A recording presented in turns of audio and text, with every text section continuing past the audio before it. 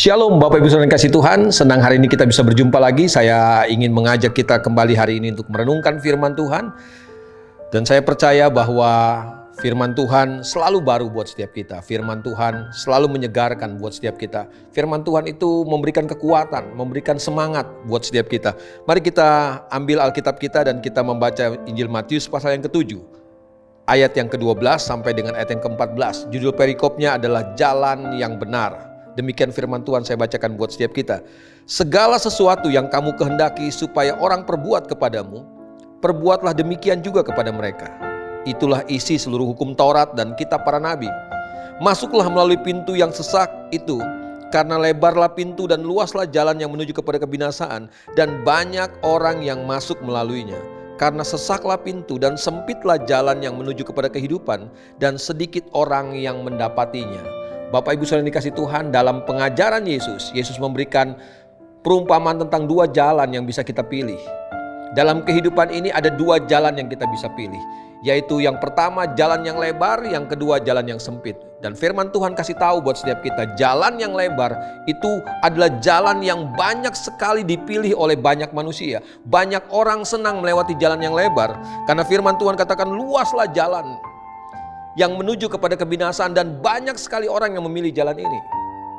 Tetapi jalan yang menuju kepada kehidupan, firman Tuhan katakan jalannya sempit dan tidak banyak orang yang mau melewati jalan ini.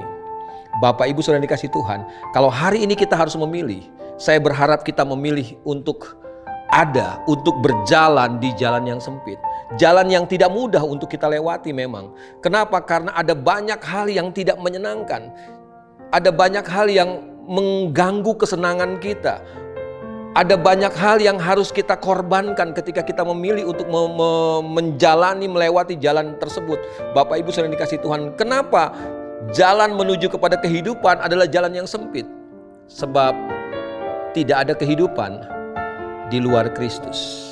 Bapak Ibu Saudara yang dikasih Tuhan, kalau kita memilih jalan yang sempit, itu artinya begini, kita mau jalan, kita mau izinkan sepanjang perjalanan ini, Tuhan membentuk setiap kita, menyingkirkan semua hal-hal yang bukan menjadi gambarnya Tuhan dalam kehidupan kita. Semua hal-hal yang bukan menjadi ciri, menjadi sifatnya Tuhan harus kita keluarkan.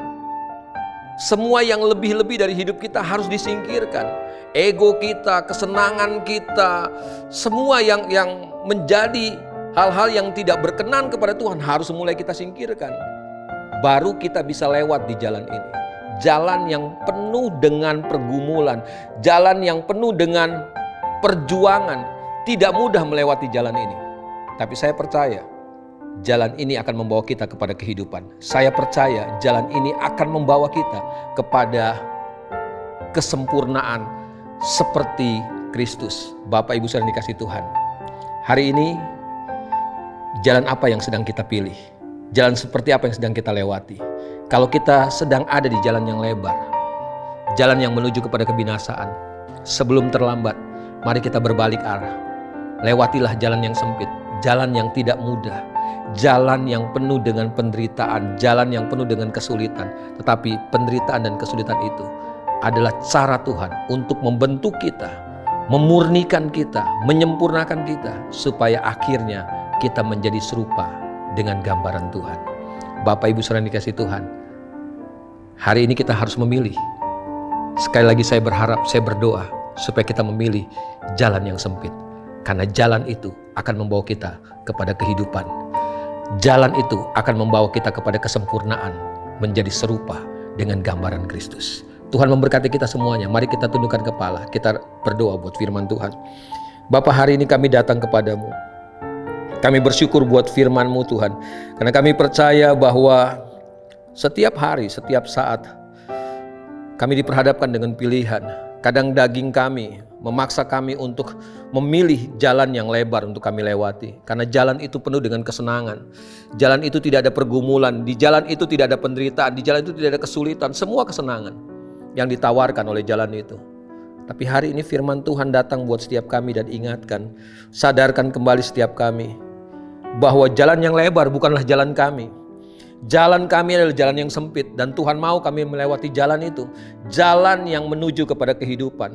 ada banyak kesulitan, ada banyak pergumulan, ada banyak penyangkalan diri, ada banyak penderitaan mungkin yang harus kami lewati jalan itu. Tetapi jalan itu akan bawa kami kepada kehidupan.